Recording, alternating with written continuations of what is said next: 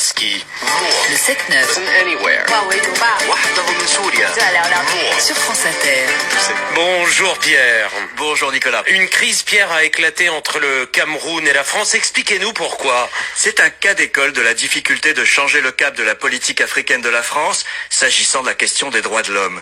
La crise qui vient d'éclater entre le Cameroun et la France se déroule en 3 actes et elle n'est pas terminée, mettant Emmanuel Macron au défi de définir les prochaines étapes.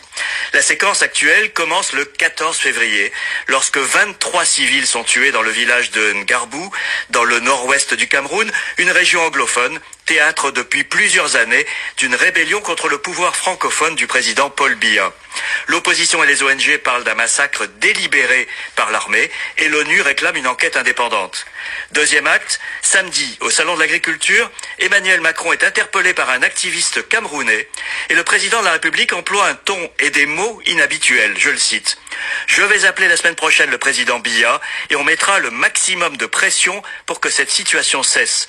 Je suis totalement au courant et totalement impliqué sur les violences qui se passent au Cameroun et qui sont intolérables. » Fin de citation. Troisième acte, Pierre, le gouvernement camerounais est furieux. Tout à fait, Nicolas.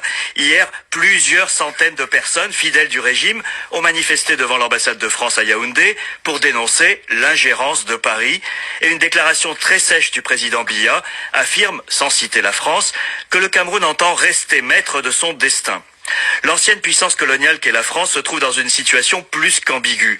Paris, au temps du général de Gaulle, a installé ce régime en matant par la force toute opposition, puis soutenu l'ancien séminariste Paul Biya dans sa conquête du pouvoir en 1982.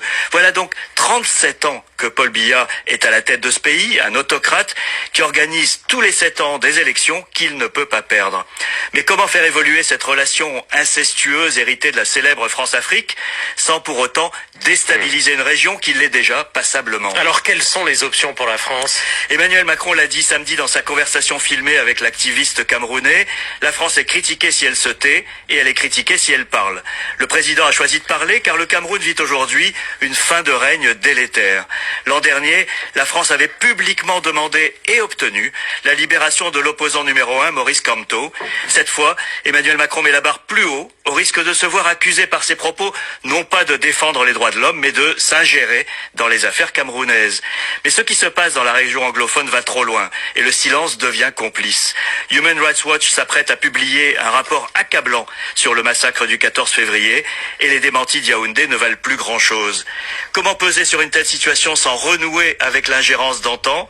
Délibérément ou accidentellement, on ne sait pas.